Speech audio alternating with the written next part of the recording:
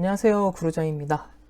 네, 2021년 2차 필기 기출문제 91번부터 다시 이어서 진행하겠습니다. 91번.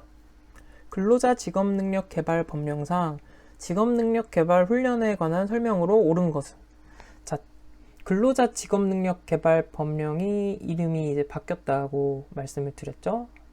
그래서 국민평생 직업능력개발법입니다. 이제 국민평생 직업능력개발법령상 직업능력개발 훈련에 관한 설명으로 옳은 것은? 1번. 직업능력개발 훈련은 18세 미만인 자에게는 실시할 수 없다. 연령이 기준이 15세예요. 그래서 15세 미만에게는 실시할 수 없습니다. 15세 이상에게만 실시할 수 있습니다. 2번. 직업능력 개발 훈련의 대상에는 취업할 의사가 있는 사람, 그리고 사업주에게 고용된 사람도 포함된다. 그렇죠. 이제 근로자도 가능하고 취업 준비하는 사람도 가능하죠. 네, 맞는 얘기입니다. 3번. 직업능력 개발 훈련 시설의 장은 직업능력 개발 훈련과 관련된 기술 등에 관한 표준을 정할 수 있다. 표준을 시설장이 정할 수가 있을까요? 고용노동부 장관이 정하는 것입니다. 네. 고용노동부 장관이 이런 직업능력 훈련 관련된 기술 등의 표준을 정할 수 있습니다. 4번.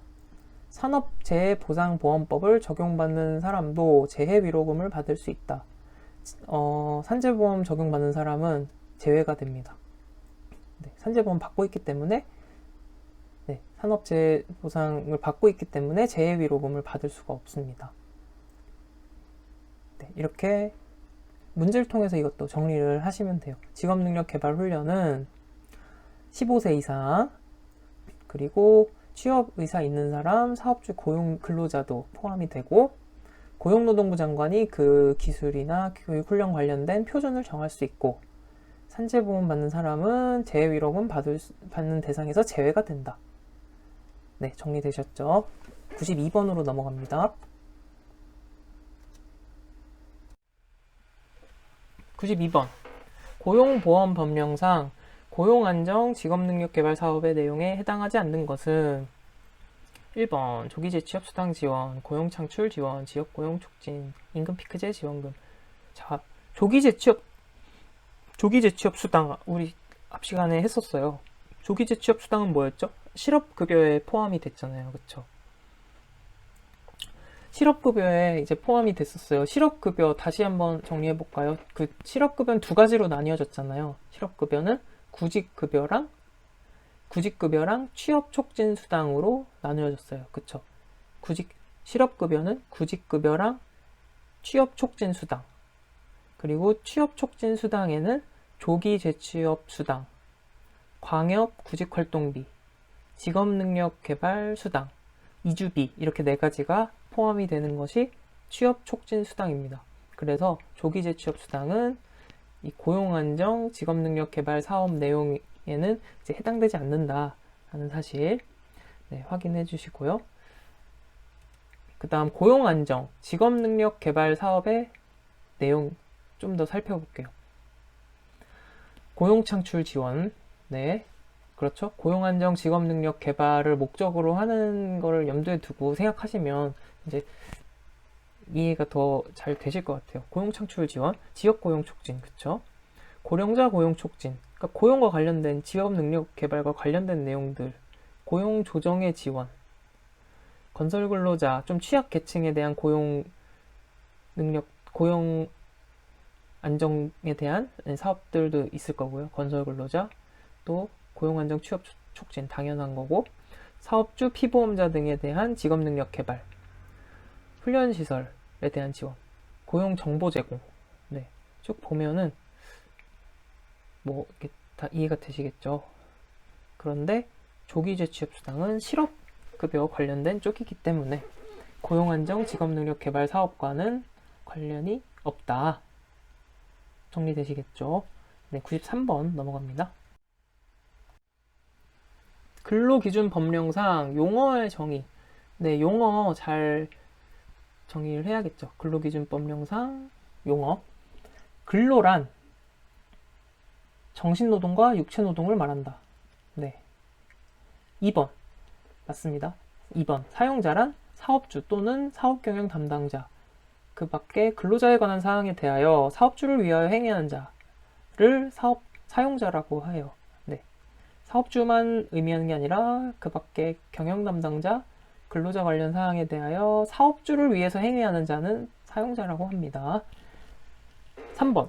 통상임금이란 이를 산정하여야 할 사유가 발생한 날 이전 3개월 동안에 그 근로자에게 지급된 임금의 총액을 기간의 일수로 나눈 금액. 뭔가 좀 이상하죠? 뭘까요, 이거는?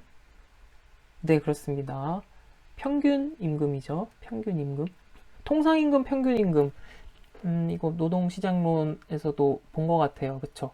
평균 임금은 지금 이 내용이죠. 산정하여야 할 사유 발생할 날 이전 3개월 동안 지급된 임금의 평균. 네, 그 근무 일수로 나눈 거. 3개월 동안 그게 평균 임금이고, 통상임금은 기본급,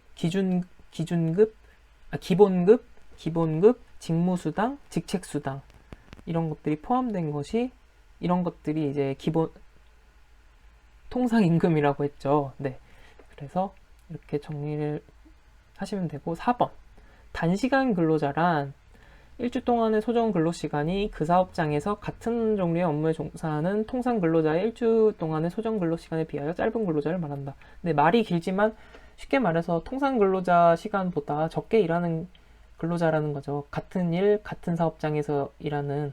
그래서 맞는 얘기가 되겠습니다. 그래서 정답은 3번.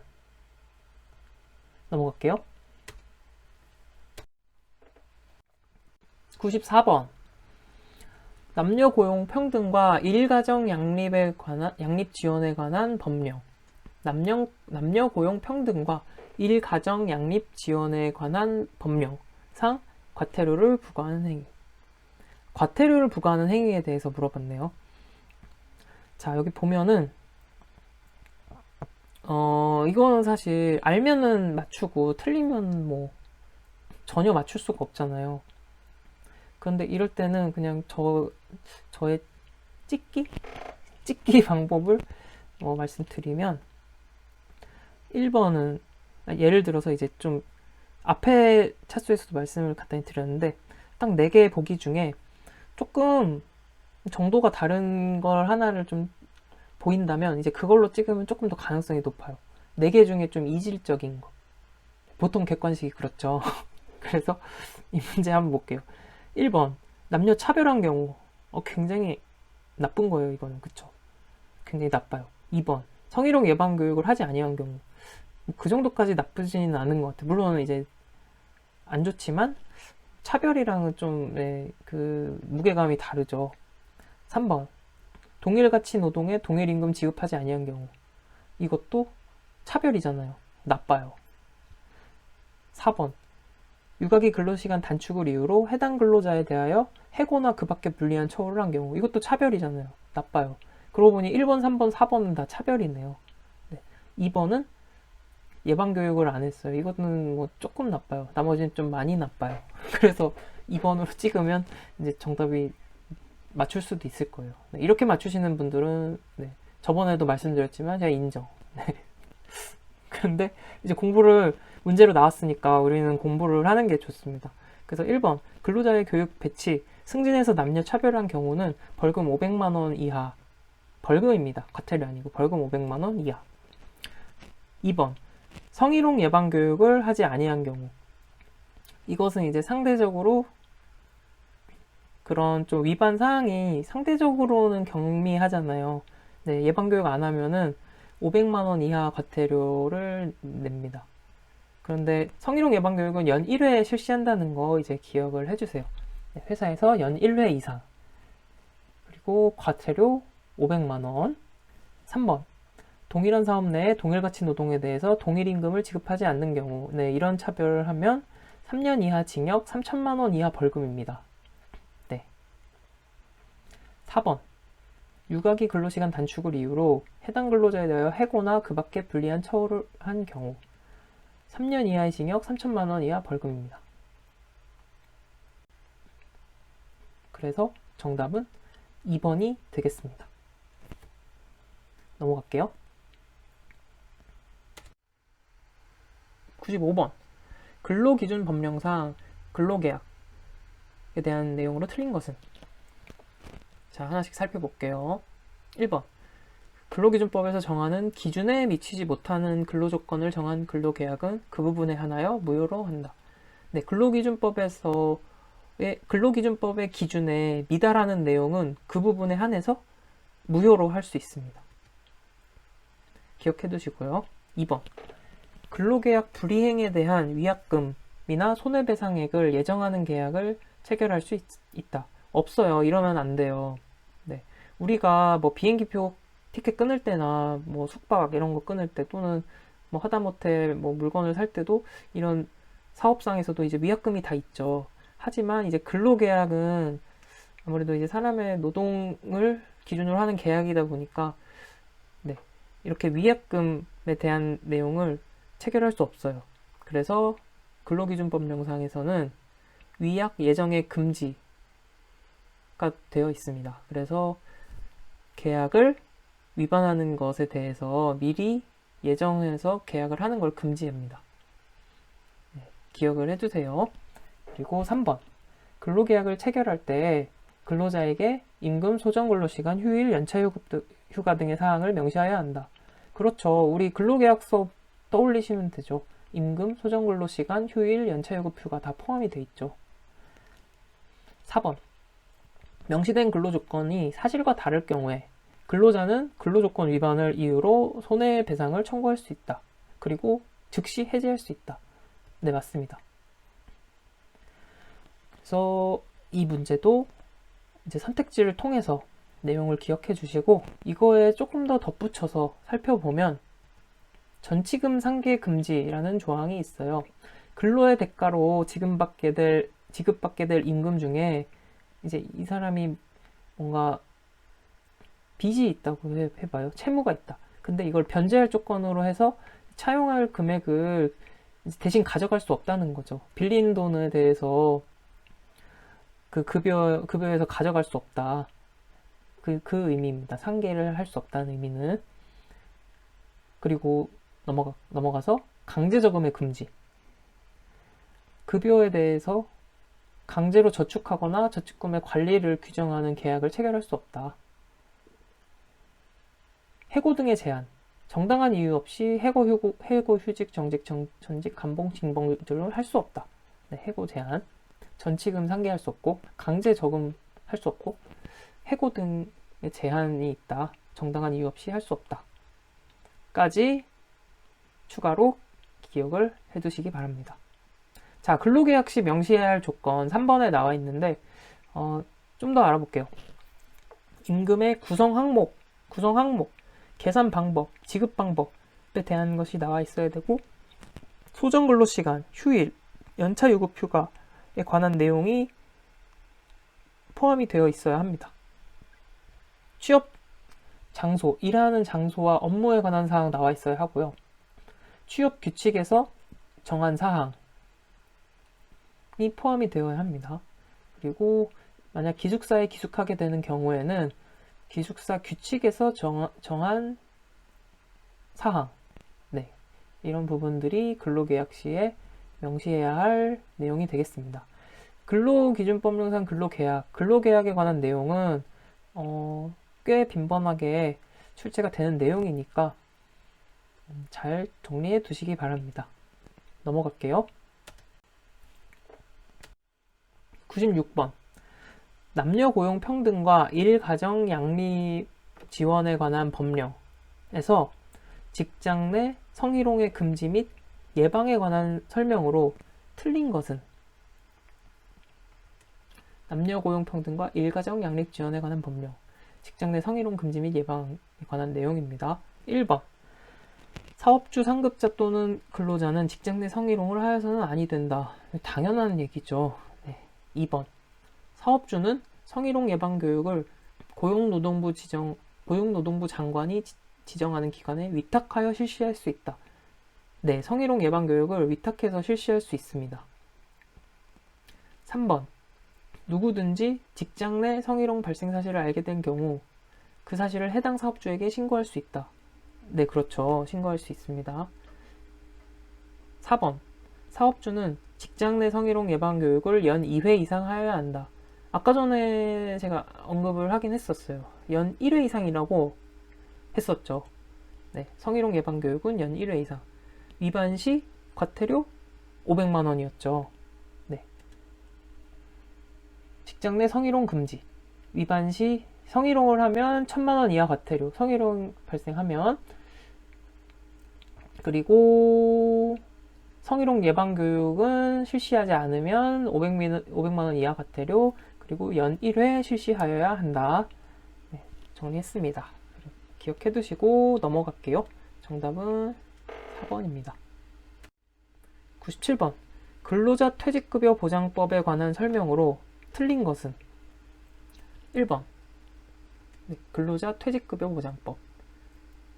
1번. 이 법은 상시 5명 미만의 근로자를 사용하는 사업장에는 적용하지 아니한다. 틀렸습니다. 무조건 적용합니다. 근로자가 있는 곳이라면, 근로자를 사용하는 모든 사업장에 적용을 합니다.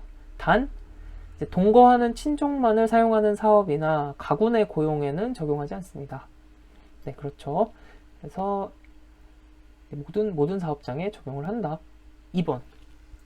퇴직금 제도를 설정하려는 사용자는 계속 근로기간 1년에 대하여 31분 이상의 평균 임금을 퇴직금으로 퇴직 근로자에게 지급할 수 있는 제도를 설정하여야 한다. 네, 이게 그 퇴직금이 계산되는 게 이제 1년에 31분 이상 이렇게 설정이 되는 거죠. 그래서 이제 사용자는 이 퇴직금 제도를 설정하여야 하고, 이제 좀 더 살펴보면 퇴직급여 제도가 이제 퇴직금 제도, 퇴직연금 제도 중에 하나를 선택을 해야 돼요. 퇴직급여 제도로.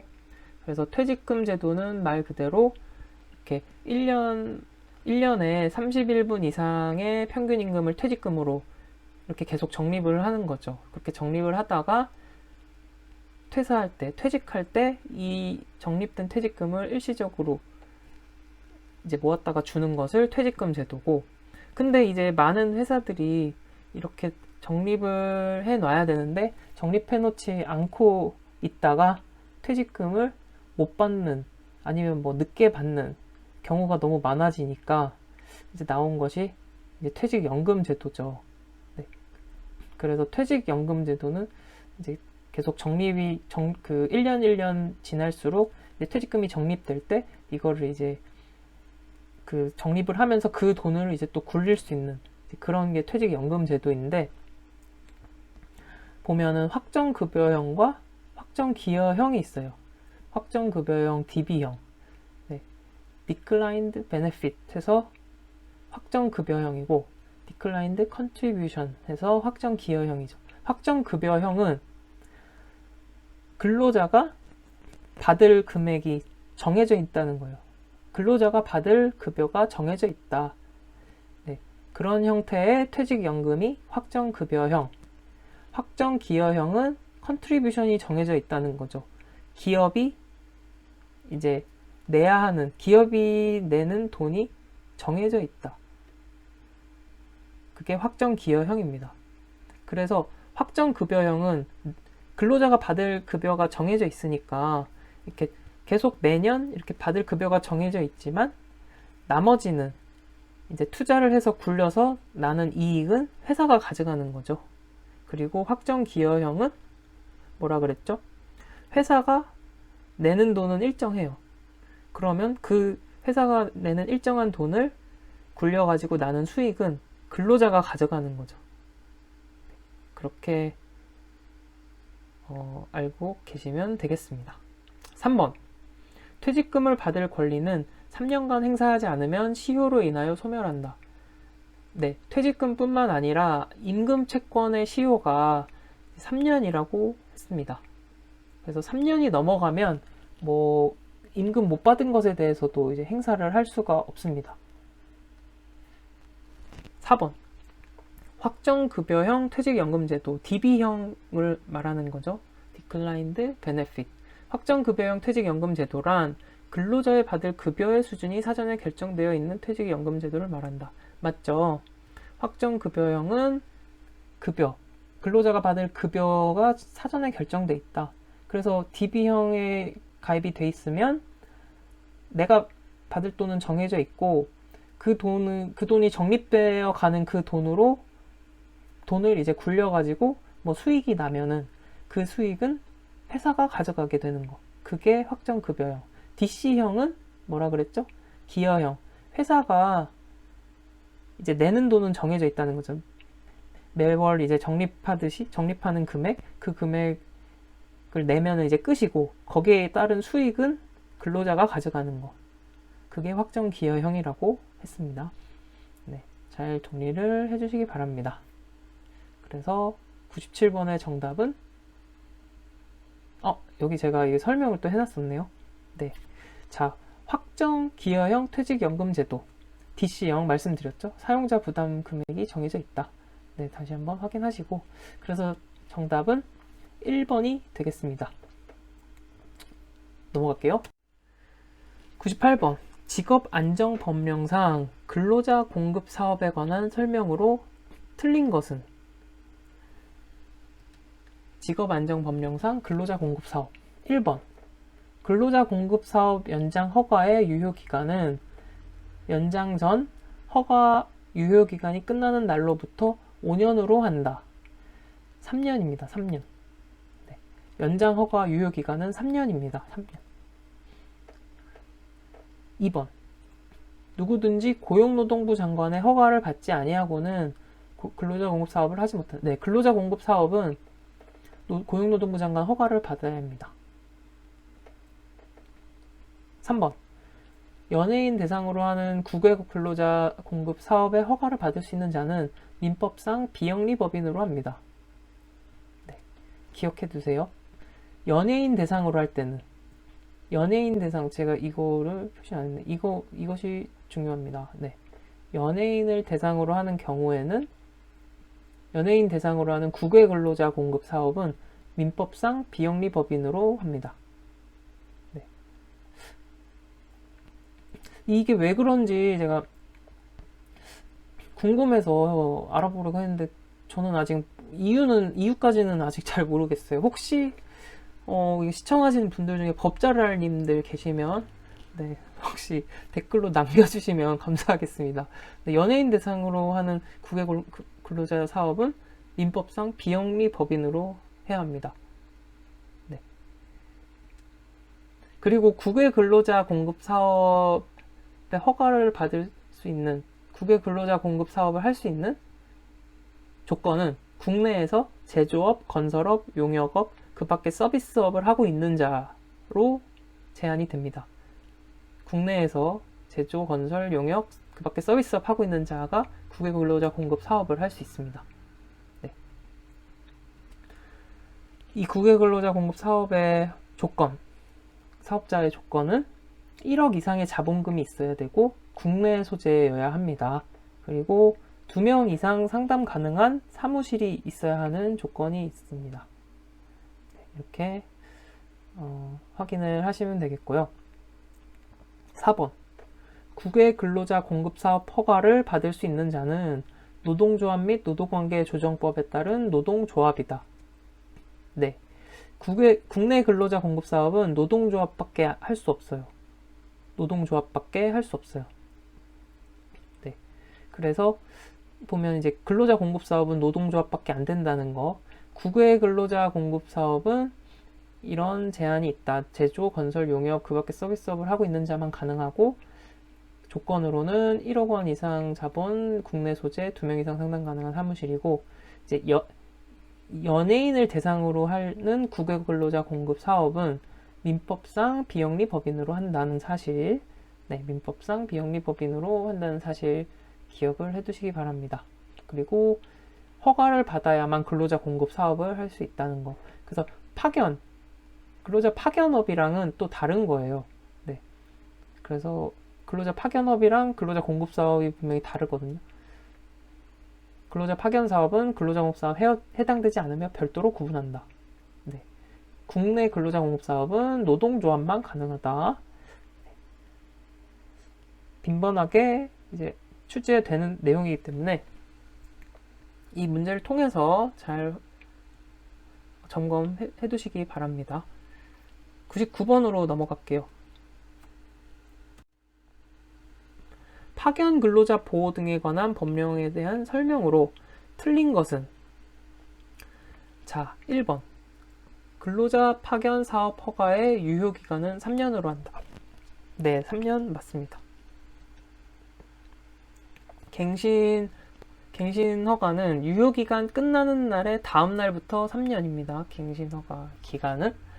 2번. 파견 사업주는 그가 고용한 근로자 중 파견 근로자로 고용하지 아니한 자를 근로자 파견의 대상으로 하려는 경우에 고용노동부 장관의 승인을 받아야 한다. 그러니까 내가 고용한 근로자를 파견 근로자로 고용한 게 아닌데 파견을 하려면 고용노동부 장관의 승인을 받아야 한다가 아니고 그 당사자의 서면 동의를 받아야 돼요. 네. 해당 근로자에게 취지를 서면으로 알리고 동의받아야 한다. 네. 고용노동부 장관까지는 아니고 당사자에게 동의를 받아서 파견을 해야 한다. 3번. 파견 사업주는 쟁의 행위 중인 사업장에 그 쟁의 행위로 중단된 업무의 수행을 위하여 근로자를 파견해서는 안 된다. 네. 예를 들어 파업 중인 사업장에 그 파업 업무 수행을 위해서 파견해서는 안 돼요. 그렇게 되면은 이제 노동조합의 그 쟁의 행위에 대한 권리, 단체 행동권에 대해서 어떻게 보면 침해하는 그런 게 되겠죠. 그래서 파업 업무 수행을 위해서 파견하는 건 안 된다. 4번. 파견 사업주는 근로자 파견을 할 경우에는 파견 근로자의 성명, 성별, 연령, 학력, 자격, 기타 직업 능력에 관한 사항을 사용 사업주에게 통지해야 한다. 근데 당연히 그래야겠죠. 그래서 파견 근로자 보호 등에 관한 법령이었습니다. 다시 한번 간단히 정리해 볼까요? 근로자 파견 사업 허가 유효기간 3년이고 이제 갱신을 하면 갱신 허가는 그 유효기간 끝난 다음 날부터 3년이 됩니다. 그리고 이제 파견 사업주는 고용한 근로자를 파견 근로자로 고용하지 않았는데 파견을 하려면 당사자의 서면 동의가 필요하다. 그리고 파업 중인 사업장에 그 파업으로 중단된 업무 수행을 위해서 파견할 수 없다. 그리고 파견 사업주는 이제 파견될 그 회사의 사용 사업주에게 파견 근로자의 인적 사항들, 네, 능력에 관한 사항을 통지하여야 합니다. 당연한 거. 네, 이렇게 정리하고 넘어갈게요. 100번. 고용상 연령차별 금지 및 고령자 고용 촉진에 관한 법령상 운수업에서의 고령자 기준 고용률은, 자, 이거는 우리 저번 시간에 이제 꼭 외워야 된다라고 했었죠. 네. 이게 100분의 6이에요, 운수업은. 100분의 6인데 한번 다시 살펴볼게요. 고령자 기준 고용률. 네. 이제 고용상 연령차별 금지 및 고령자 고용 촉진에 관한 법령에 의해서 고령자 기준 고용률이 있어요. 최소 고용해야 하는 비율. 그래서 제조업의 경우는 상시 근로자 수의 100분의 2. 제조업은 뭔가 이제 계속 만들고 하니까 조금 힘드니까 이제 좀 비율이 적다라고 생각하자고 했죠. 그리고 운수업, 부동산 및 임대업은 100분의 6. 네, 실제로 뭐 운전하시는 분들이나 부동산 이런 업무들은 이제 고령자 분들이 하시기에 상대적으로 그래도 조금 나으니까 이제 100분의 6까지. 그 외 산업은 100분의 3이다 라고 했습니다. 그래서 이거를